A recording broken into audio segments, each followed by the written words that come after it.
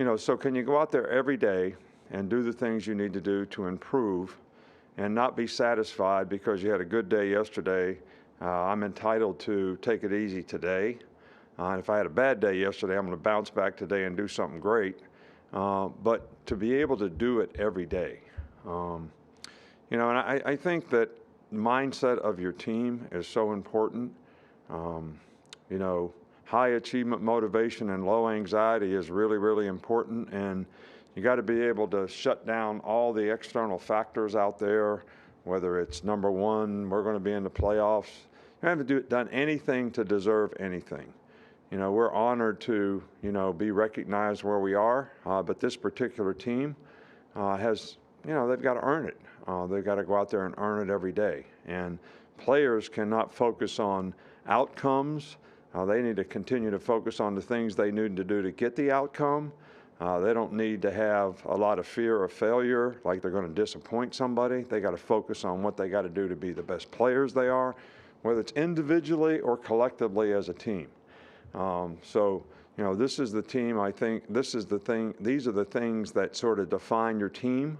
Camp is a great time to get that done. And I think we made, some progress. I know you asked me about the scrimmage this week, and, obviously last week we were just trying to do some basic stuff, and this week there'll, be more game-like type situations where, we sort of play this a little bit like an exhibition game, so we can actually see who can go out on the field and execute when the coaches aren't telling them what to do.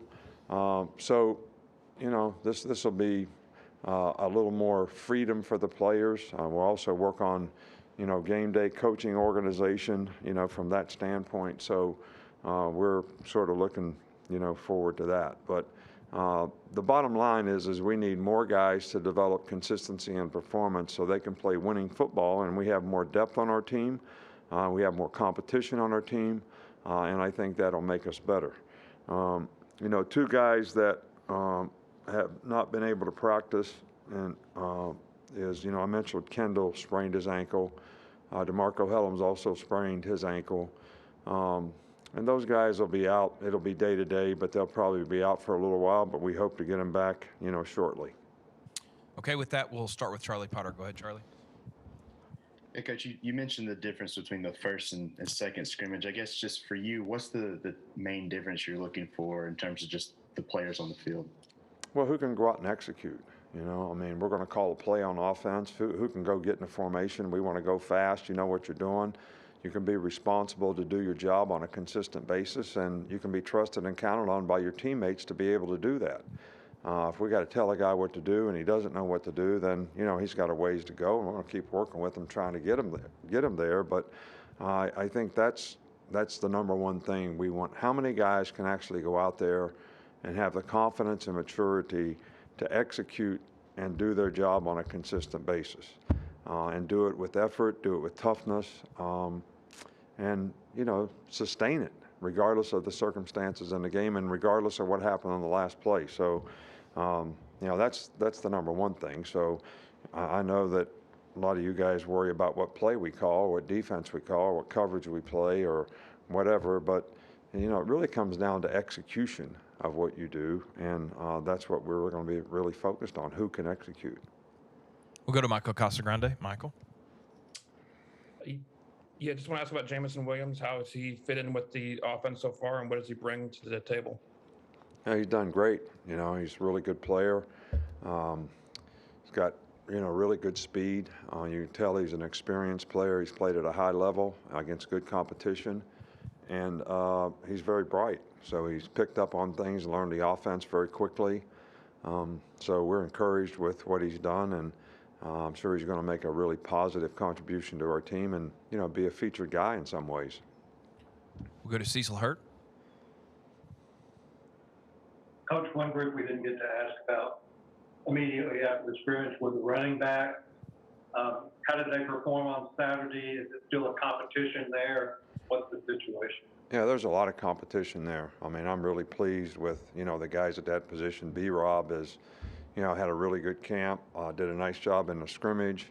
Jace, Roydell, Trey Sanders, all those guys really been playing well and are playing well. And so I'm pleased with the progress that all those guys have, shown and, made in the spring as well as in camp. So, we're excited about that position. We'll go to Nick Kelly. Nick, when you're evaluating corners in cornerback battles, what kind of things do you look at? Well, I think there's three things that are important when you play defensive back.